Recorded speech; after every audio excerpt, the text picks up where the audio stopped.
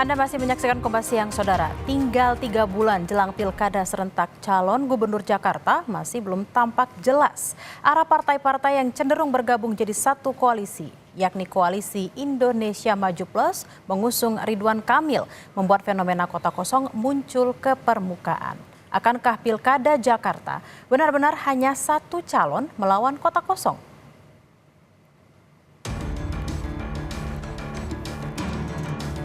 Arah pilkada Jakarta masih belum jelas, walau gelaran tinggal 3 bulan lagi. Satu koalisi yang sudah ajak, yakni Koalisi Indonesia Maju atau KIM, berencana memekatkan koalisinya menjadi KIM Plus. Soal wacana KIM Plus ini, Ketua Umum Partai Amanat Nasional Zulkifli Hasan memilih satu suara dengan Prabowo dan Gerindra di pilkada Jakarta. Begitu juga saat ditanya mengenai keputusan KIM yang mengusung Ridwan Kamil di pilkada Jakarta, Zulhas hanya menjawab ikut memimpin.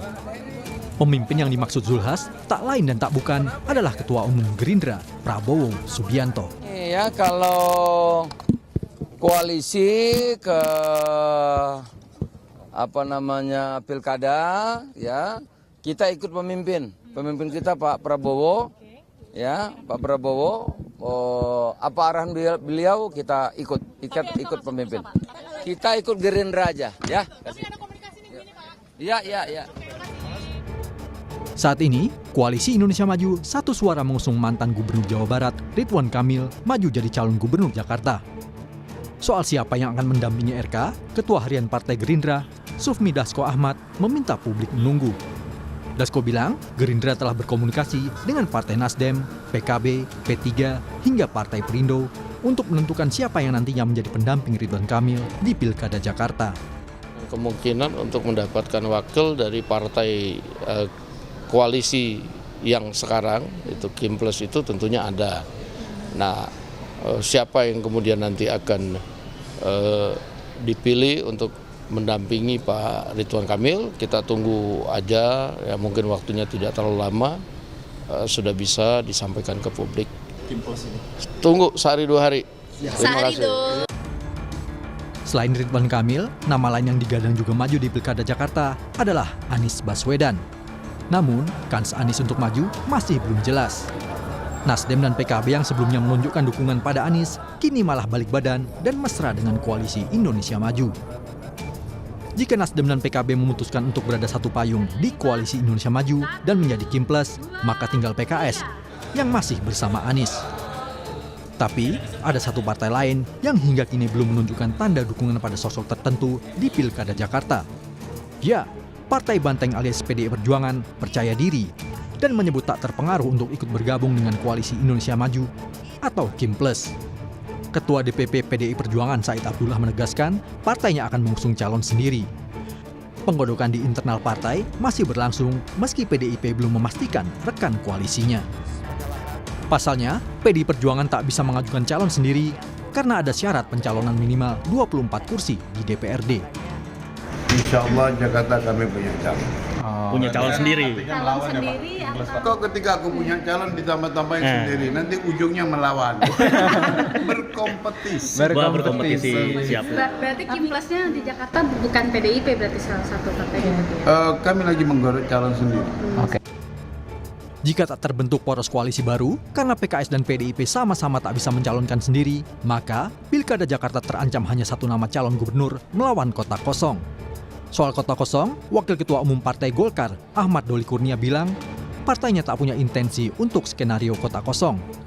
Golkar, kata Doli, menawarkan kadernya Ridwan Kamil, namun semua tergantung pada tiap partai untuk mau bergabung atau tidak. Alhamdulillah sudah ada secara lisan ya teman-teman Koalisi Indonesia Maju.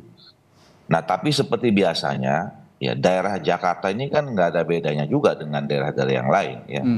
Proses dan mekanisme tentang pencalonan seseorang atau pasangan calon yang mau kita dukung itu kan semuanya melalui partai politik atau gabungan partai politik. Ya kami tentu melakukan lobby pendekatan ya.